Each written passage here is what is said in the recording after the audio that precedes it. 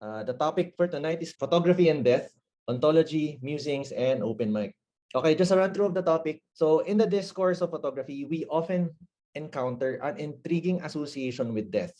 The still image, forever frozen in time, has an uncanny ability to remind us of our own mortality. In this conversation, we will explore the ontological relationship between photography and death, drawing on various philosophical, cultural, commercial, and theoretical perspectives. We will also try to look at examples of Philippine photography that explored these concepts in visual form and how each image can provide various epistemic understanding on the nature of photography and death. Thank you for joining us tonight for episode 17 of the Marties Talks Kwentuhan session on Philippine photography entitled Photography and Death, Ontology, Musings, and Open Mic.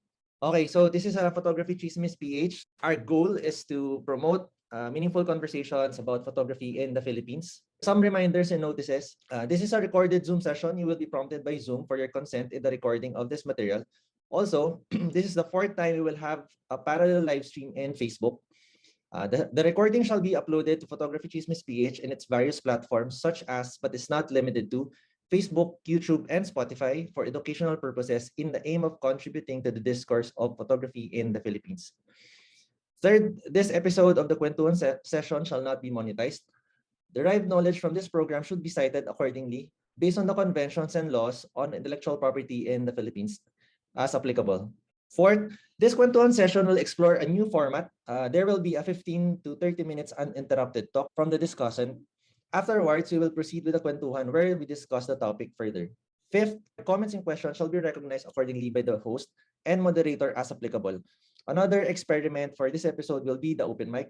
Audiences can join in the conversation in an open mic manner. So for those who are joining us tonight, medyo iba yung format natin mangyayari. Is similar dun sa format natin last week. We will have 15 to 30 minutes mini lecture.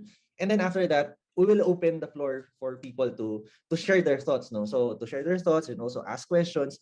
Tonight will be a bit more kwentuhan. Hopefully, maging more kwentuhan daw. So if you have thoughts that you want to share, then please feel free later.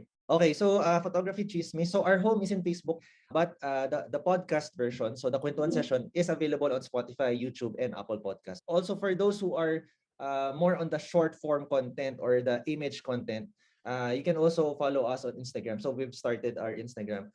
Yan. So medyo mabigat, no? Di ko rin alam kung mabigat ba eh. Kasi this is a common topic in classroom conversations about photography. Siguro yung mga big words lang dito, siguro yung ontology, I guess. So kadalasan this term ontology is used in philosophy, also in art criticism. So to proceed, so some disclaimers. So just to clarify, no, this is not a philosophy class. I am not a professional philosopher or a philosophy professor. Kadalasan, there is a term called professional philosopher if you're doing it as a livelihood. And most of these professional philosophers are philosophy professors. So they're in the academia. No? A professional philosopher could also mean that you're writing books. However, even if I'm not a philosophy professor, I do teach photography theory in college. So among other classes. So I teach theory classes, I teach business classes, I teach also curatorial classes on photography sa college na sa nagtuturo yun, so sa Binil. And also my particular interest is photography as a site of human experience.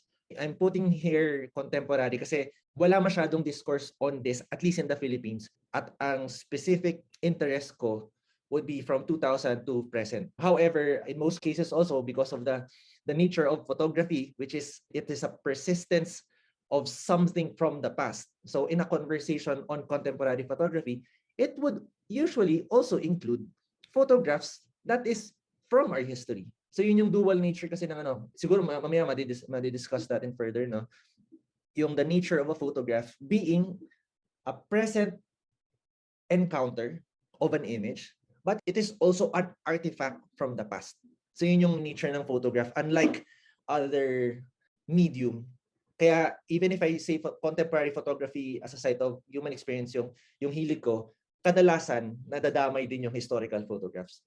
Another disclaimer, this is not a full critique of the discourse of photography and death. So in the academy, when we say discourse, it's parang extensive discussion. So whether written or argumentation in class or in argumentation in scholarly events, 'di ba? Yung mga sabi natin if you deliver a lecture sa isang conference. So when we say discourse, it's a comprehensive discussion or explication of something. So this is not a full critique of photography in depth.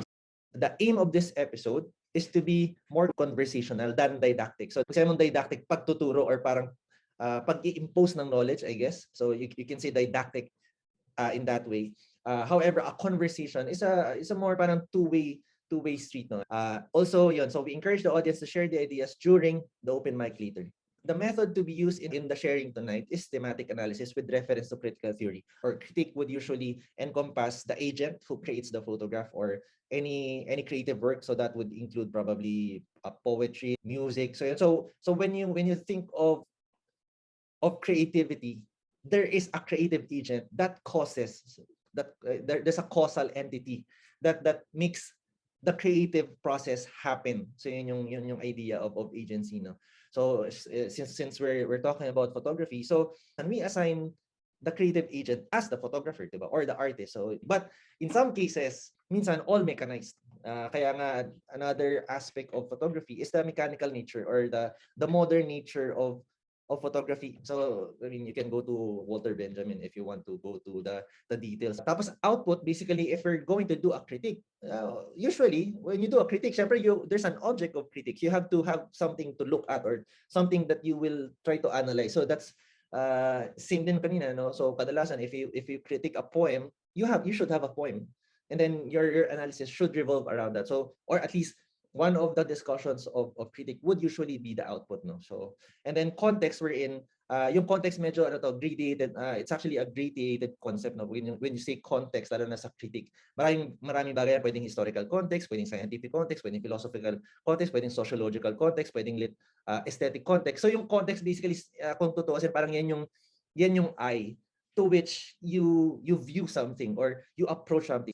For the purpose of this disclaimer lang, we're saying that when we read this, probably medyo philosophical yung context na gagamitin natin, although nag-include din ako ng some aspect of personal, diba? So and then lastly, the viewer. So the viewer, lalo na in contemporary analysis, there is an elevation on the status of the viewer as an entity that creates meaning. So when you go to classical criticism, kadalasan the question would be ano yung iniisip ng artist, ano yung iniisip ng photographer, anong iniisip ng writer, anong iniisip ng author, 'di ba? Kadalasan ganun yung framing natin ng how to read something, a creative work. But in contemporary analysis, instead of just looking at the perspective of the creative agent, now you're also looking at the perspective of ako dito si Doc. The viewer now is recognized as an agent or an entity that can also create meaning or impose meaning on a work.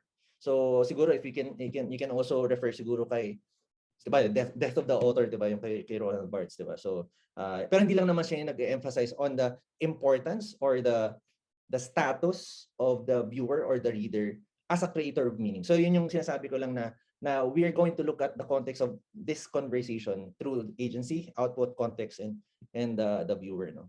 Since I mentioned na in doing this conversation, it's not a philosophy class, but one of the main lens, or at least the way we frame photography chismis, is that when we look at photography, we think of it as world making. So right from the start, no, I think when we started photography chismis last year, we have been very clear that we're not just looking at we are not just looking at photography as a modern medium. And in Philippine context, the modern medium kadalasan, especially for photography, is lensed to the idea of formalism. Now we're in what you see, you just look at it at the yung graphical elements, no. Kadalasan ganun yung conversation, lalo na sa I guess sa salon photography. So tinatanong anong maganda, ano yung composition. Kadalasan it's limited to the surface, diba? So the manifest surface, kadalasan ganun lang siya. And that is the reason why teachers of photography are usually critical about salon photography. But we're not taking away the validity and the importance of salon photography, because most of the language that we use in photographic discourse are are conventions from the salon, diba? The salon language or the salon convention, no? So but nevertheless, again, going back to parang this is the statement of purpose siguro ng photography chismis. We think of photography as world making. So ito yung big word. Pag sinabi mo ontological, I'll just explain it later, no? Ontology is an utterance on the nature of things. Since it has something to do with the nature of things. So whether it's representation, image making, memory, or for example, materialism, these are aspects, or you can even say na parang jump off points when looking at photography and vice versa. Kaya in academic discussions of photography, kadalasan hindi lang siya about the form, which is what is beautiful, how to shoot this, how to shoot that. Kadalasan ganun yung conversation, at least in the Philippines, no. So because if you look at photography, there is so many ways to look at it. So you can frame it as technology, you can frame it as art. Ito yung mga kadalasan na nakikita mo sa labas, no? But you can also think of photography in relation to power. You can look at it in the lens of philosophy. You can also look at it in the lens of capitalism and commodity. So imagine you have nature. And then when photography was introduced, suddenly light was commodified. Never has been light commodified. You cannot create capital from light. So in a way, photography is intrinsically connected to capitalism, or at least capital or commodification. There's a manipulation of nature, and specific to that aspect of nature is light. Well, manipulation of nature is a human exercise, even if you go to the Bible. So yung maraming ways to look at photography. So you can look at it at the lens of media studies, cultural studies, visual arts, diba? So ang dami, even identity, even for example participation like democracy. How does photography play into modern political exercises? You can see yung critique of this idea, no, kanila Alan Sekula, or for example sila even Baudrillard, diba? So yung idea of hyperreal. Maraming theories that try to explicate, or at least to explore the idea of photography as something that has relation to political processes and also economic processes. Again, all of those things are not going to be covered in this Kwentuhan, no? But I just want to emphasize that when we talk of photography is world making, it means that how we see reality now, if we're going to put a boundary in our discussion, I guess we can say that the boundary is 1839 up to the present. So from that public presentation of photography in France up to the present, the world has not been the same, diba? So the world has not been the same. Or we can say naman na there is a creation of a new world because of photography. So yun yung point natin. And then specifically sa photography chismis, there is always a highlight on the Philippine context. And if not the Philippine context, the Philippine, siguro there is an effort. Is there a possibility that we can read photography using the eyes of the Philippine experience? I think very rarely will you find a Filipino writer talking about theory on photography. And I hope that will change in the next 5 to 10 years. I have seen now, so for example, sila Doc Manzanilla from UP, they're starting. Si Doc Barbasa, now he's going to teach at an Ateneo. There's Jeronimo Cristobal. So meron ng mga nagsisimulang magsulat about photography, and specifically in the context of the Philippine gaze. So siguro, even if that gaze is not substantiated there, diba? Unlike kasi sa painting, diba? Sa painting merong may Philippine art, may Philippine literature, may Philippine music, and yet Philippine photography has always been elusive. Parang when we talk about Philippine photography, does it mean an identified or distinctive Philippine experience, or we're just saying Philippine in the sense that it's a geographical tag? So when you go to art studies, very clear very clear, at least yung genealogy and chronology of Philippine art nagawa na siya. Pero when you go to photography, when you say Philippine photography, kadalasan cosmetic siya, and cosmetic in the sense that it probably would be a geographical tag, meaning photography practiced in the Philippines. Parang it's hard to say it's Philippine. What constitutes Philippine in photography? At least in art nagawa na, in literature nagawa na.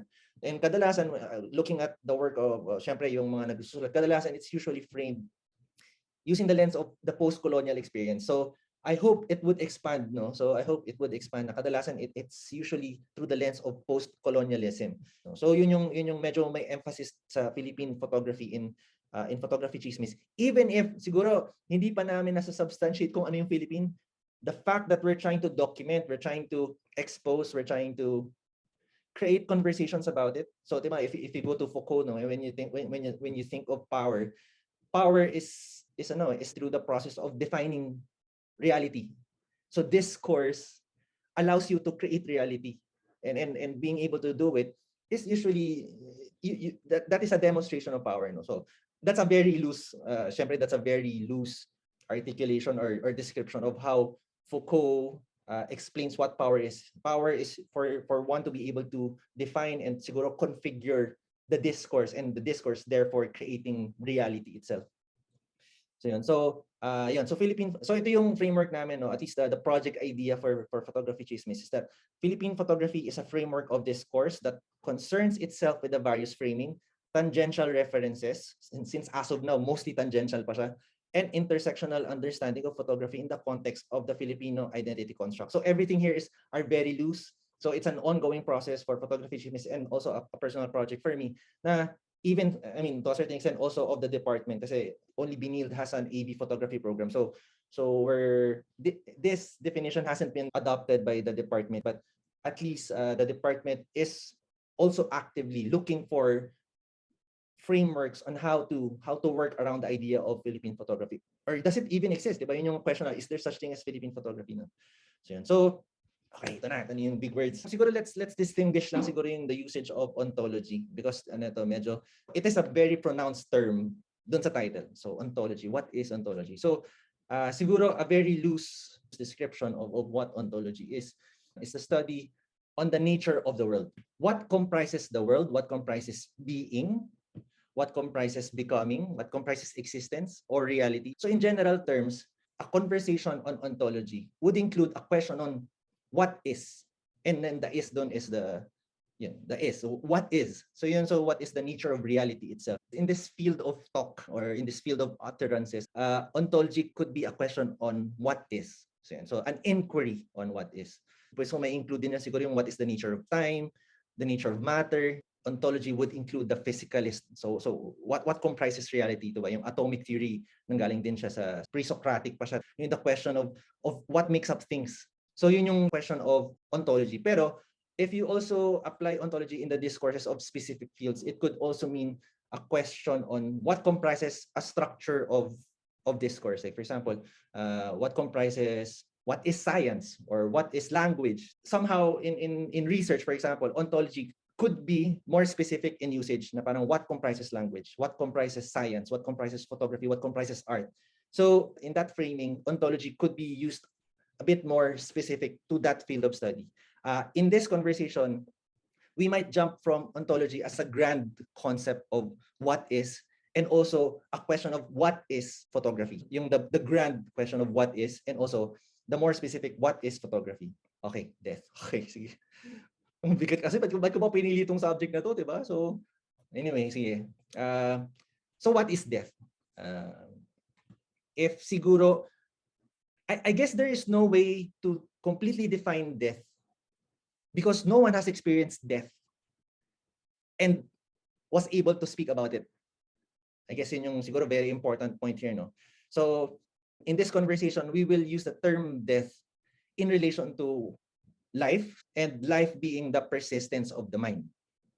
When we talk about mind, I guess kung may philosophy students, I guess yung that entire conversation of what is mind, hindi ko alam kung ma-explain ko siya completely, no? Kaya may philosophy of the mind. Siguro to simplify, I guess, if you're coming from a dualist perspective, a subject could be comprised of matter, or the body, and the mind. What animates the body is something external to the body. I'll try to frame death in the perspective of the end of life, siguro the end of life, because to speak of death comprehensively, we cannot speak of death completely, because no one has experienced death and was able to speak about it. So the valence that I'm taking on when we talk about death is the negative. There's a negative valence when I try to explain death, in the sense na to speak of death on a positive valence. How can you do it? There is no way to speak of death completely or comprehensively, being dead. Siguro ang closest siguro if you're Christian, I guess, so from Christ dying and coming back. But then again, in that framework naman din, death is not the end of life. In that framework, death is sin. Death is your separation from God. Siguro we cannot completely describe death because we cannot put in words in our language a qualia of death. Siguro, kung for example, you think of red as red, but the experience of redness, yun yung difference, I guess, sa distinction of a qualia, na parang to experience redness is different from knowing what is red. Yun yung distinctions. And as of now, we cannot encapsulate death in terms of that qualia of being dead. So kaya I'm using a negative valence on this term death, no. Siguro yung distinction din in the discussion would be when we say death, we're also referring to human death. Kasi if we say that animals could also be dead, animals could die, that might have a different nature in relation to how humans die. So that could be a distinction. And also, when we think of death as the end of a mind or the absence of mind, then can we say that a chair is dead, or can we say that a table is dead, or your electric fan is dead? Siguro, for example, your electric fan is running, so quote-unquote buhay yung electric fan mo, and then pag nag-brownout, namamatay siya. But the nature of that utterance is totally different, diba? To when we say that someone is dead or someone died or a human died. So yun yung distinction natin. So when we talk about death, at least in this conversation, death is in relation to human death. Okay.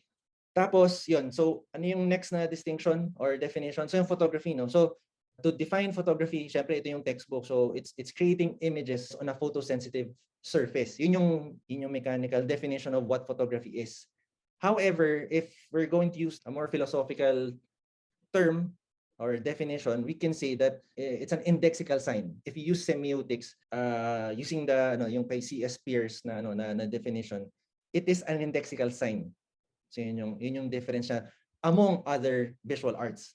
So yun, or among other visual media or medium. So yun yung difference doon.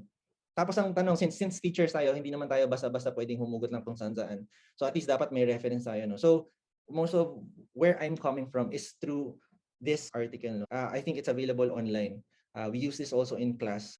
This is a philosophical text, academic text. So we use it as a reference. Ayan, so you can look for it. So photography as unconcealment, revisiting the idea of photographic transparency. What's important about this article is this. So if we're going to look at the abstract, no, so siguro I'll give you siguro mga 3 minutes para at least makita niyo yung point nung article na yun. Siguro I give you 2 minutes.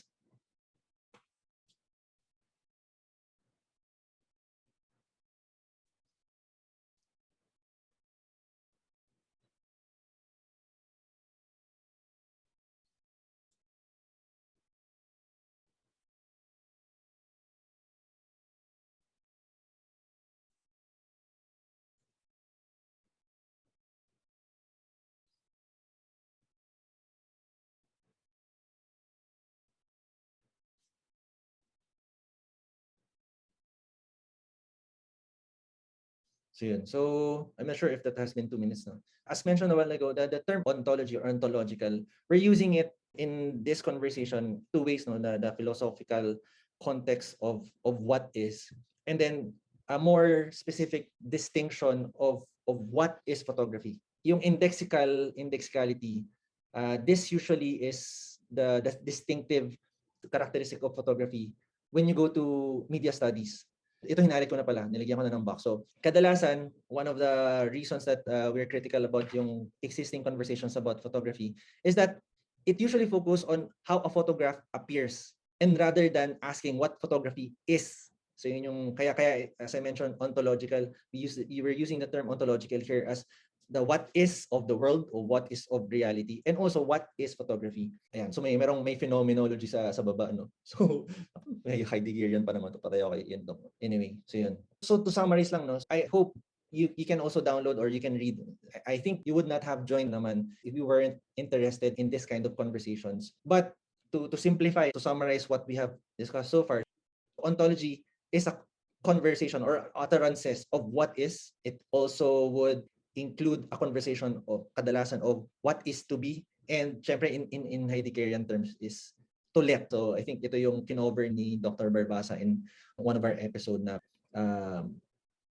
apophynes phenomena. Yun yung line ni Heidegger, no? And then death, if you're coming from a physicalist perspective, life is the persistence of the body. However, the body is a special kind of body in the sense na it does not dismiss the idea of a mind. However, a physicalist perspective would say that there is only one thing. Unlike when you go to the dualist perspective, merong something that is not material. Kadalasan that particular aspect of what animates a body is the mind. In some conversation, the mind is also the soul. Iniwasan ko lang yung term na soul because it has religious connotations. Yung last is, what is photography? We're using the idea of photography or the definition of photography as an indexical sign or an iconic index. So you would find these terms, the explications of what is an indexical sign or the nature of an indexical sign through Pierce, obviously, since siya yung nag-come up with that kind of theory of science.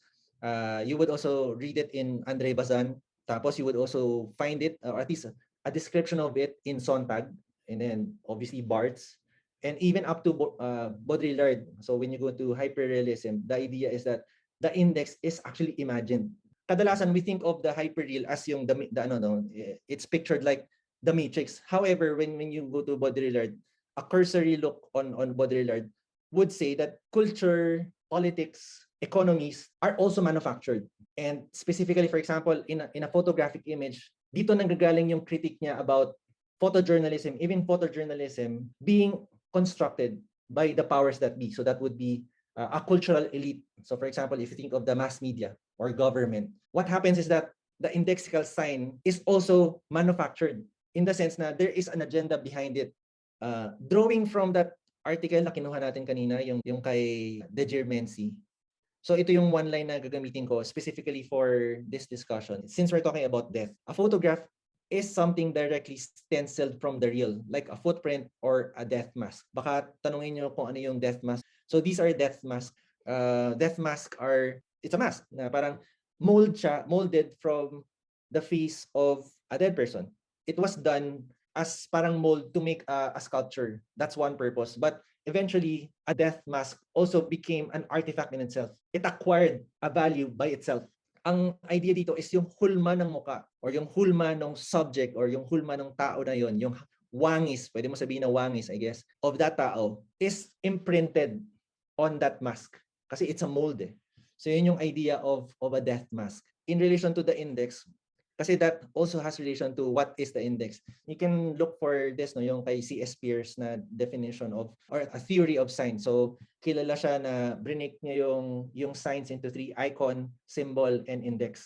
So, yung important doon is yung index, at least in this conversation. So, sinama ko tong si Jordan Schoenig. If you want something more understandable, you can go online. He has a channel. He's the author of The Shape of Motion. He teaches film theory in the States. He has a published book. But you can check yung channel niya about film theory. And then you can look for yung content niya specifically about yung kay Pierce. Siguro to summarize what is an index. If you think of photography, the only way that you can create an image is to put something in front of it. So ang nangyayari is, if you want to capture a subject or if you want to have an image like this, you have to put a person in front of it. So how we read this is that an index is a proof or an impression left by something that existed. So yun. So ano yung mga examples niya? Ito yung mga indexes. So for example, a footprint, it's a sign that someone was there. May weight, merong tumapak doon. And although hindi mo nakikita kung sino yung tumapak doon, the fact na may footprint, may impression na naiwan, then we can assume that someone was there. That's a sign. May naiwan. You can think of indexes as a proof of existence, traces of something that was present there. So the death mask would presume that someone, a human being, their face was molded towards that. So yung whatever is left is a proof that a material body existed. And we're talking about material body kasi it's dead na, diba? So there is an absence of mind if we're going to use the physicalist framework or paradigm na a body that is dead doesn't have a mind anymore, diba? Or ceases to have the mind function kasi ang assumption sa physicalist is it's one thing. So there's nothing outside it, or there's what animates it is it itself. The mind is not separate from it. Another example siguro of an index, when you see smoke, it points towards the existence of fire or namatay yung fire. Kasi if lalo na in this case, no, pag namatay yung apoy, saka siya mag-i-smoke. So the presence of smoke points towards something that caused it. So a conversation on an index usually points towards the idea that the sign that you're seeing has a referent, meaning may pinanggalingan siya. It's a trace that something existed for you to see that sign. And in photography, that is also the same nature of reasoning. When you think of photographs as indexes, you will not have a picture of someone on a photograph if they did not exist in front of the camera. So for example, in this case, no, yung lola ko, patay na siya. But I have an index of her existence. There is a trace of her existence in front of the camera. So yan yung lola ko. So technically, wala na siya. But the sign, the indexical sign, is here that proves that my lola existed. So in the same case, on a different historical period, my lola was younger. So this is also a proof that there was a time that my lola was younger. So that's why we use photographs as evidences. This is the heart also of documentary photography. That's why we allow photographs to be used in passports, diba? It carries an evidence of identity. There was a subject in front of the camera. So yun. So yun yung idea of what an index is. It is a trace or an impression or a proof that something was there. But what you have right in front of you is a sign that an existence was there, diba? So okay. So tinatry ko rin siguro na i-illustrate the idea of time. Kasi in a conversation of life, kadalasan it's temporalized, meaning we think of life as floating within time. So time is a media wherein a subject exists. So we can think of it that way. So if that is the case, then let's try to break down also our concept of time. Kaya nga sabi natin kanina, the nature of photography is also ontological in a big sense, meaning ontological na it also includes a conversation of what is. And that what is would include a conversation of what is time. So if, for example, we think of time, kadalasan it's structured as the parang seriality of moments or seriality of singular events. We can think of it that way, no? So parang time as a seriality or a persistence of singular events. We can think of it that way. So siguro notationally, ginawa ko na lang to para to explain. So T1, T2, T3, T4 until Tn. So that's time. Diba? It's a seriality and progression of singular events. So what is life? So yun yung sabi natin kanina, parang a person or life probably is an entity that is floating in the media of time. So ano yung notation natin for a person? Siguro we can say na B is the body. We can think of a person. Let's say we're coming from the physicalist perspective. When you go to the physicalist perspective, there's a mind-body union wherein the body and the mind is single. Mag-isa lang siya. If that is the case, sorry, kailangan pala to B2 to, sorry. B2 yan. So B1, B2, up to Bn, that is life. So imagine niyo, no? So we think of life as something valuable, something grand, diba? Something that is lofty, something that has gravitas. And yet, notationally, somehow we can reduce life as a series or the persistence of our body through time lang. Diba? I mean, kaya a lot of people don't like the physicalist perspective sometimes because at least in the language that is being used, kadalasan, a person is reduced to a body. Diba? So yung concepts of love, hatred, desire, courage, somehow, hindi naman tinitrivialize because again, a physicalist perspective of life or a person does not dismiss the idea of a mind, meaning the faculty of a person to love, to desire, to think, to create, diba? So it does not dismiss that. However, ang sinasabi lang ng physicalist perspective is that there is nothing more about us than the body, the material, the scientific, the physicalist components, diba? So just the same way that atoms are enacted by forces of nature, ganun lang din tayo.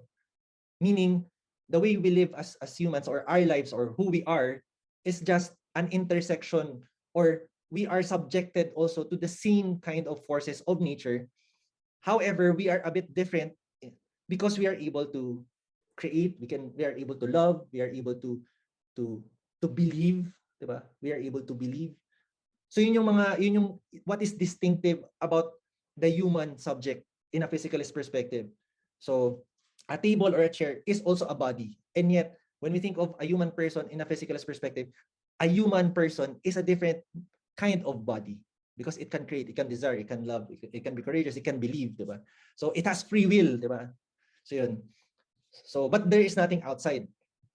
If you're going to do siguro if you're going to input naman siguro a dualist perspective, siguro since yun nga, dahil may distinction about the mind and also the body, then we can say also that probably the mind exists temporally as M1, M2, M3, M4 until Mn. So ito yung notation of what is time and what is life.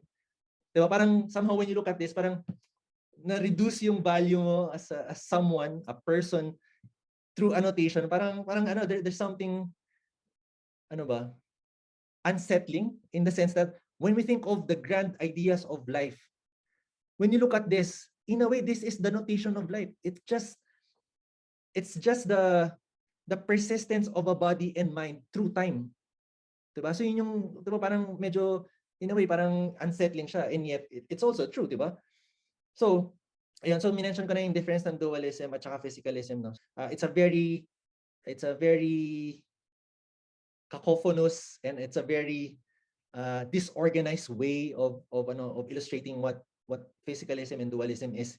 But again, I'm trying my best. So magkaroon tayo ng notation of what life is at saka what time is. So if that is the case, that T1, T2, T3, and then B1, B2, B3 is the body, and mind is M1, M2, Mn, then probably we can think of a photograph notationally as a photograph is a cross-section of that. We're talking about parang an ontological image or ontological photographic image as a tableau that cuts as a cross-section of that moment in time, in that seriality of time. Probably we can think of a photograph as Tn, Bn, Mn. Na, yun, that comprises a photograph. Ito yung medyo difficult way of saying na it's a singular event, di ba?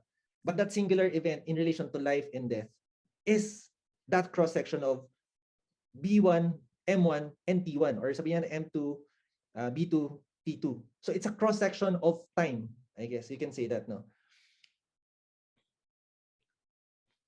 Yan. So yun yung parang notation of what a photograph is ontologically. Parang weird lang, no? Parang it's so reductive, and yet it's true.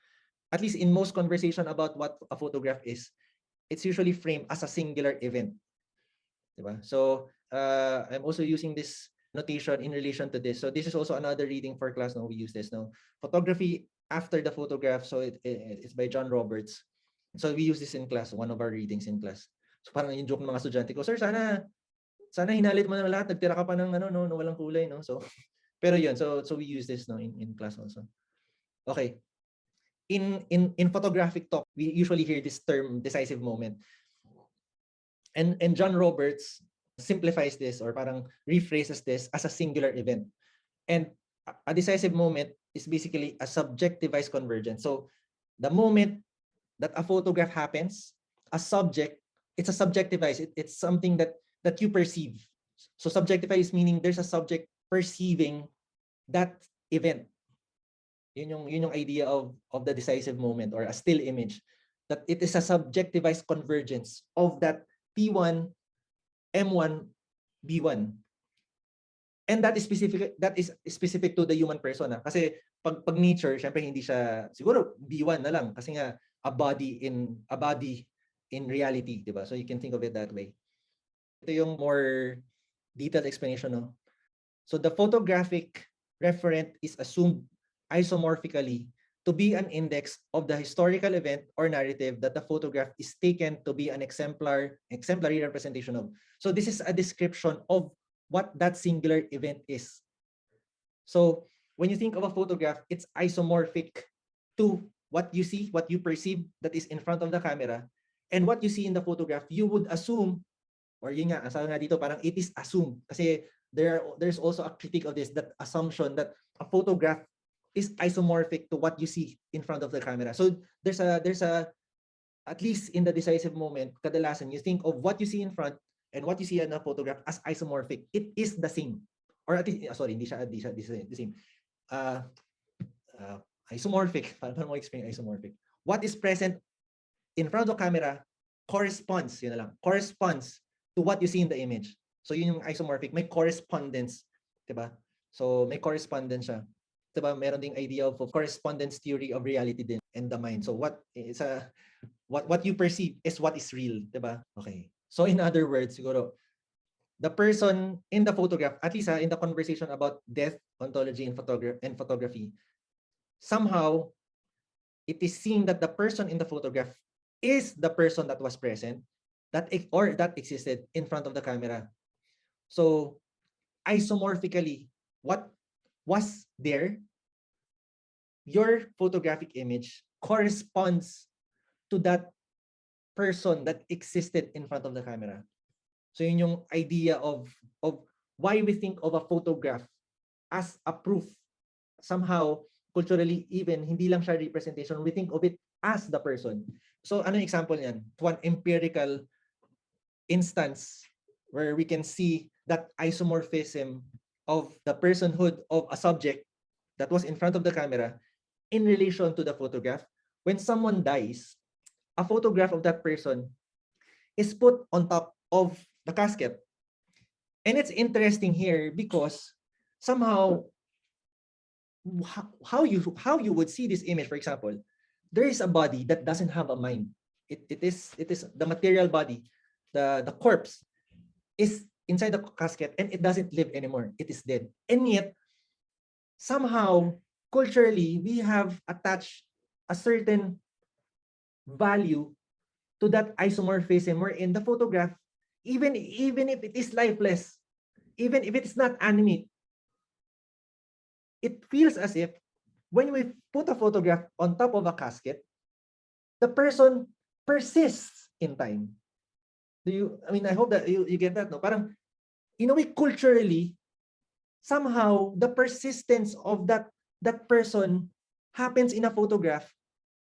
And it comes from the idea that whatever is in a photograph is isomorphic to that person who was in front of the camera. And this is not just specific to photography, I guess. This is also somehow present in painting and sculpture. However, it is a bit more articulated. It is an exemplary representation, if you go back to Roberts, no? Wherein the photograph itself is that person.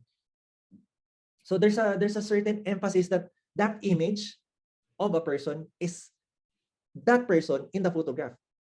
Kaya nga, through the history of photography, parang we associate a person in the photograph as the person. And yet, obviously, materially, it is not the person. So those are even questions to how we conceive of what is a body or what is a person in relation to death. Wherein, siguro specific to this discussion, at least in that example, is a concept of what is a portrait. So si Jerry Garcia, he's also a co-faculty in school. In his master's in UP, he emphasized the physiognomic likeness. That term, you would usually find it in art studies, in the sense that the likeness of that person somehow is a representation of not just the physical likeness, or meaning the visual likeness of that person. The physiognomic likeness somehow carries the qualities of that person. And that is how we do portraits. So when we think of a portrait, it's just a visual copy of what was in front of our cameras. And yet, one of the tenets of portrait photography is that we try to capture a characteristic, or we try to capture who that person is in the normal parlance, di ba? Tinatry nating makuha kung sino siya. Makuha, parang to capture who that person is. In normal conversations, we describe portrait photography as that. We try to capture who that person is. And who that person is, physiognomically, in the history, or at least in the tradition of portraits, the likeness or the wangis or the visage as Sir Jerick used, no. So it gets transferred to that representation. Even before photography came about, the concept of trying to draw out, to draw out the likeness of someone and represent it in a medium like painting, sculpture, that already existed. I mean, it's a very long tradition, even if you go to the Greeks, diba? Kaya so yung when you think of portrait photography, it is not new. However, what is new to that is the idea of the indexicality, wherein somehow it is the exemplar representation of that person. Diba? So yun yung emphasis lang on the concept of what is a portrait, and specific to a portrait is a photographic portrait. So si Sir Jerick, yung thesis niya sa UP, medyo iba kasi sa kanya naman photography and yet hand-drawn, so hand-drawn negatives. And yet he is still playing around with the idea of the persistence of an image. Having said that, since we're talking about the persistence of an image, yun yung tanong natin. Kasi kanina, coming from philosophy, more or less, the conversation revolves around the idea of a person being the body, or a special kind of body, a special kind of entity, wherein the material is also the mental. Yun yung sa physical as concept. But when you go to the dualist, somehow, a person is constituted of something material, but also something external to it, or extra, or metaphysical. So yun siguro yung metaphysical. Something that is beyond the body, diba?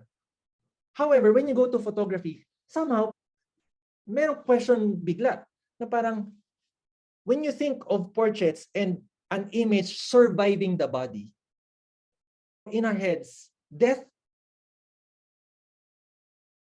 is, ano yung napipigilan sa English? We are able to cheat death. Yan siguro. To a certain extent, we can say, in photography, we are able to cheat death because what persists, there is still a persistence of an image. So siguro, kung i-misappropriate ko si Derrida, so misappropriating Derrida, when we think of reality, we think of reality as an image. Diba? So ito rin yung root ng semiotics, na parang there is nothing beyond the image. And when we talk about an image, it doesn't necessarily mean a visual image. So if, let's say someone is born blind. Yan, siguro to illustrate. If we find someone who is born blind, does it mean that that person cannot perceive an image? Sasabihin, pag visual, yes, wala siyang konsepto of a visual image. And yet, a blind person who pinanganak na blind still perceives an image, because in semiotics, anything, any stimulus, anything that is coming to you, any perception is an image. Any kind of sign, diba? Any sign or any perception is an image. So words is an image. So the idea of an image is not necessarily just the visual. The purpose of me emphasizing this is that when we think of images, we should also be aware that an image is not just a photographic image. You have to expand what you think of what an image is. It's not just the visual image. So an image is something that comes to you, that you are able to mediate through your mind. So if you think of the mind, kasi diba, a mind mediates the world and the subject. So if you're a dualist, there is the world and there is a subject, and the mind mediates that. So yun yung dualist perspective. If you're a physicalist, I guess yung mind mo would function similarly, and yet you don't attribute it to something extra material or extra physical, or meaning something outside, that is outside the physical nature of the world, diba? So yun. So, difficult naman ito.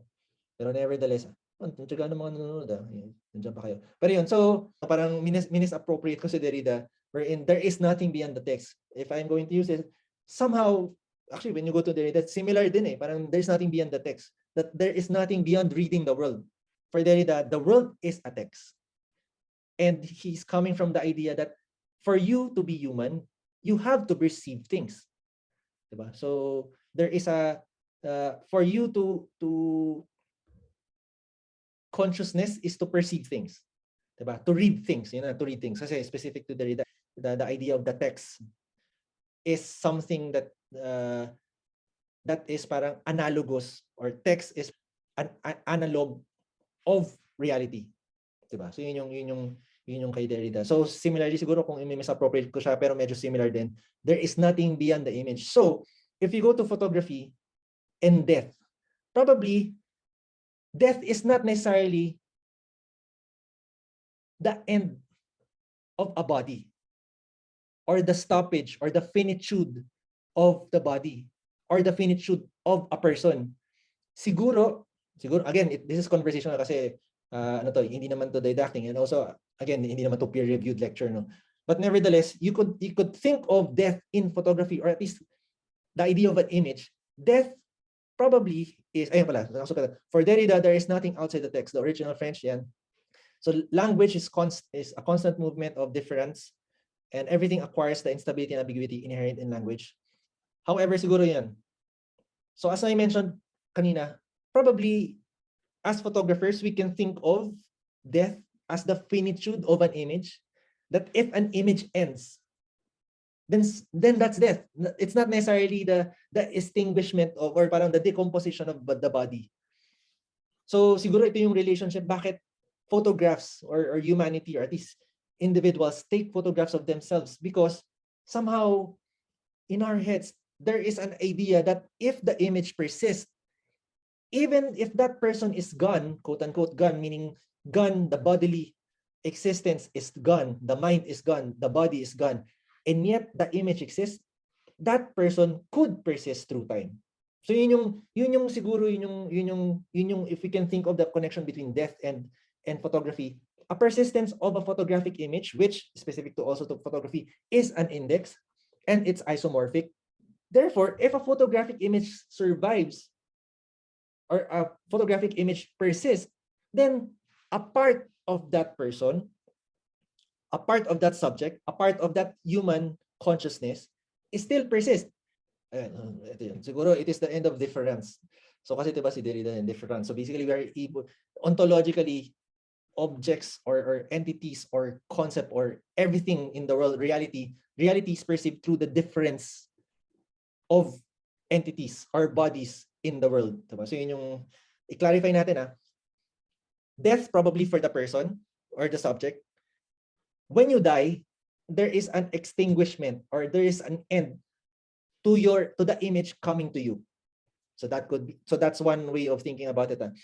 From the perspective of who survives after the death of someone, sabihin natin family, friends, whoever, society, culture, even if patay na siya bodily, wala na siyang life, if an image persists, that reality persists, and therefore that subject exists.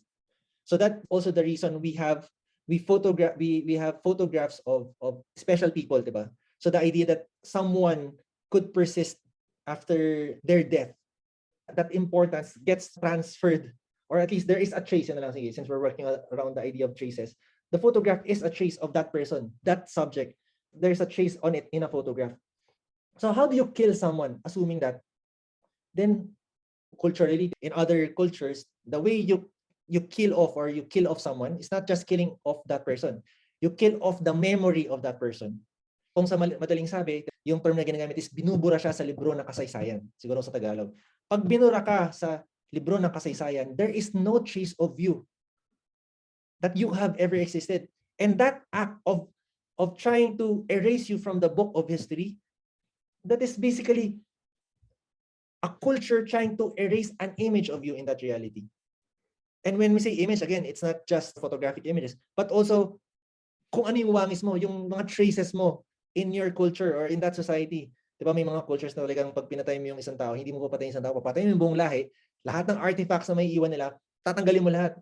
And that is extinguishing any image or any trace of that person.